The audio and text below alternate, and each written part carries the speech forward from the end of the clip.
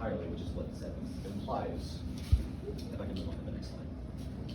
And so, this is going to be done in 3 minutes. We're going on a strange sidetrack here, but this is the Gorgias. It is a conversation recorded by Plato between Socrates and a politician named Gorgias. I wrote all this. I'm probably not going to read all this, but just to kind of clarify what it was about, I would highly recommend you read it. It makes a lot more sense than you think. What happens is that Gorgias finds himself to think he is a professional speaker or speech giver or orator. And the entire time, Plato asks him how that is considered a profession. And the entire time, the entirety of this conversation between the two, all Gorgias does is use sentences like, say, for example, Hierophant asks Gorgias, now then, since he's knowledgeable in a craft, what is it and what is the correct thing to call him? And Paulus, one of Gorgias' servants, tells him that many among men are the crafts experientially devised by experience.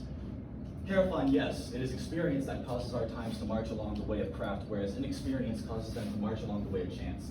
Of these various crafts, various men partake in various ways, the best men partaking of the best of them. Our Gorgias is indeed in this group. He partakes in the most admirable of crafts. Notice how that's all a bunch of bullshit? And that just means that Gorgias is experienced, but he hasn't even said what he's good at. And that is how the entirety of that conversation goes. Every single time he asks a question, he has this long, overly academic scholarly response that functionally means nothing. If we can move on to the next slide. So this is where I kind of have to slow the momentum down. I have to be a little bit more respectful because the situation I'm going to mention here is very serious. It's not necessarily, so I guess quick to define what stochastic terrorism is.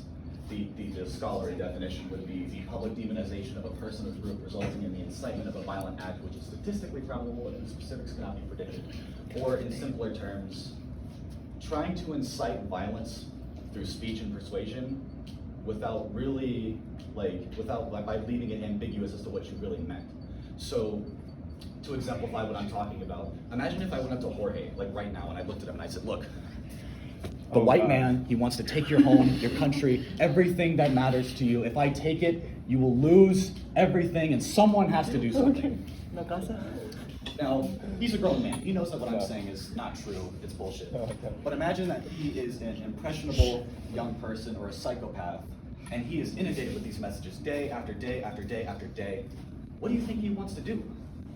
That makes someone a little violent. That makes someone a little scared. They don't want to kill people, but they want to retaliate. They want to keep the things that are precious to them safe.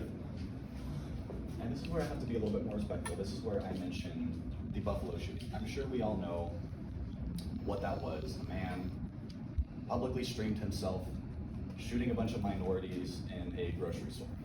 It was a horrible situation. It was a horrible tragedy.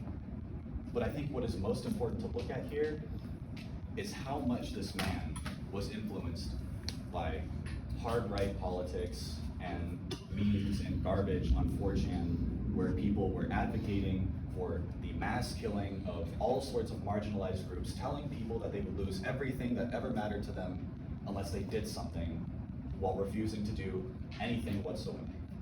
Tons of young, impressionable people are influenced by these messages day after day after day after day. You can make all sorts of political arguments, all sorts of arguments about gun control and whatnot, but stochastic terrorism tends to be a big factor of these things. Stochastic terrorism causes a lot of these problems. You look into a lot of shootings, and so often are they inspired by people trying to get you to be violent, people trying to get you to kill people for them because they cannot bring themselves to do it alone. That's why it's dangerous. That's why you shouldn't listen to people who use big words and use academic language, because half the time they're full of bullshit. It's why you shouldn't listen to half the things that any politician, regardless of party affiliation or whatever, says, and why rhetoric leads to stochastic terrorism and why that is an inherent risk.